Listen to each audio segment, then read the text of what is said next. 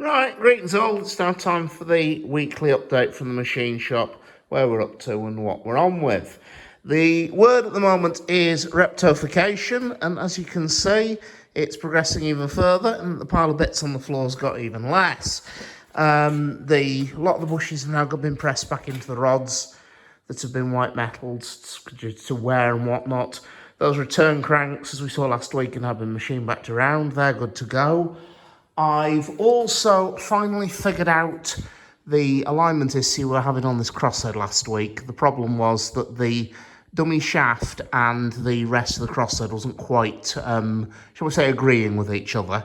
I've spent a bit of time going through it, and I finally worked out where the error is, or was rather, and that's been dealt with. And so this crosshead is now, on one side, is now finished machined, the right horizontal and vertical. The other side, as you can see, is still the puddle state. That will be machined tomorrow.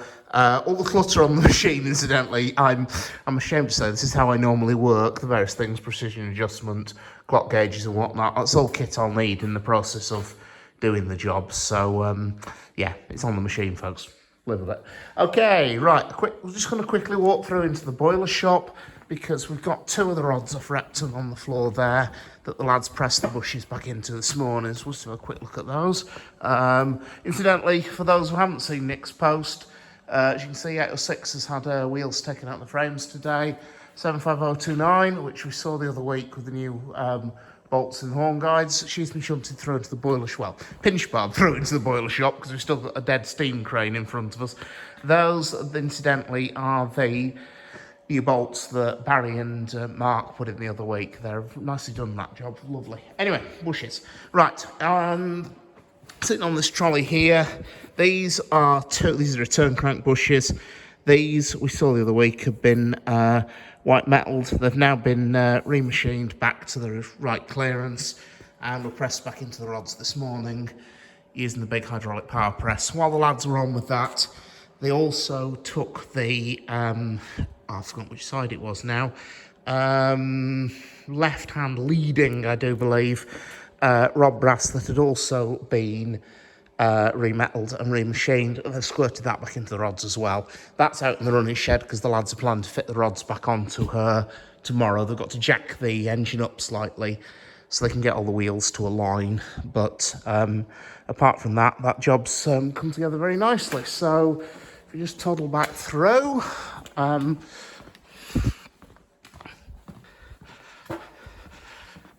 so Repton's, she's coming together quite nicely. There's still quite a lot of work to do, as I said, but like a lot of this pin and bush work, although Mark's doing a sterling job at going through and replacing pins where necessary.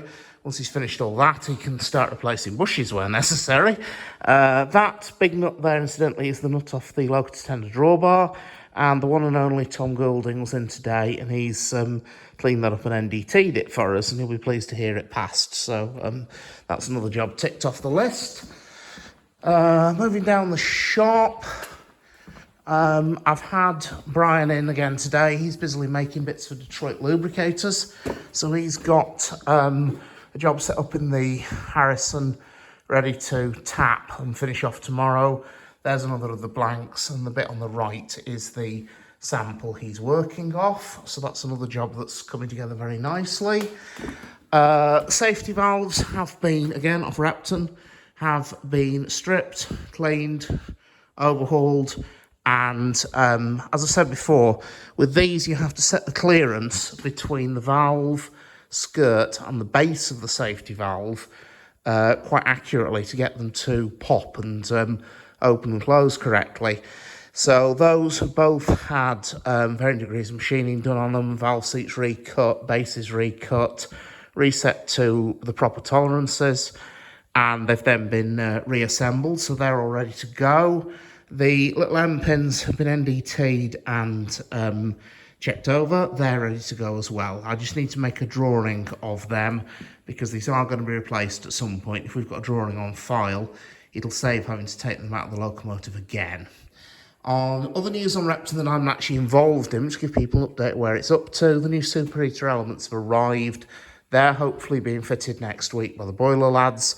They've then got to do a hydraulic test to prove the elements But then once the hydraulics completed, all the other bits, such as the various manifold valves that have been overhauled, safety valves and whatnot, can be refitted. Other work that's ongoing, it isn't just Repton, although it feels like that at the moment, but it isn't just Repton. Craig, another of my volunteers, was in, and he's carrying on again with these bolts, which are for Eric's front bogie. He's got 2 of them now, rough to size. On Monday, he'll be putting hexagons onto everything and then threading them, and then they're finished. So there's another job, although it's not necessarily for Repton. And then also, finally, just to prove that we are actually doing other things, this wonderful thing it's actually a washout repair job. It was a requirement for 2 new hornstay bolts for the standard tank. The previous bolts, which we've got up here somewhere, there they are, they had worn. They're a very loose fit in the holes. They're actually not very round. And so these were condemned. And so I was asked, while the locomotive's on washout, could I produce a new pair? Now, you look at that and think, what's he doing here? Because that is not a bolt. You're correct, it's not. It's actually 2 bolts head to head. I always make my bolts like this because it's actually a very easy way of doing it. You take a longer blank of steel. You can then hold it on a diameter, but your chuck jaw, because I hand-added this taper here at that stage, your chuck jaw is pushing up against a vertical face. So you can take nice heavy cuts to remove a lot of material, because as you can see, to get the size of the head against the size of the shank, I've had to take quite a lot of material off there. You can take nice big heavy cuts, but because the chuck jaws are pushing up against a vertical face, the billet can't slide in the chuck at all.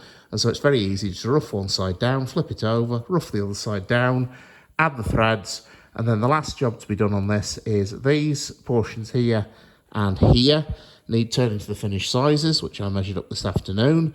Incidentally, in the process of which discovering that the old bolts were between a 3 to 5 thou slack fit in the holes, so no wonder they were working loose.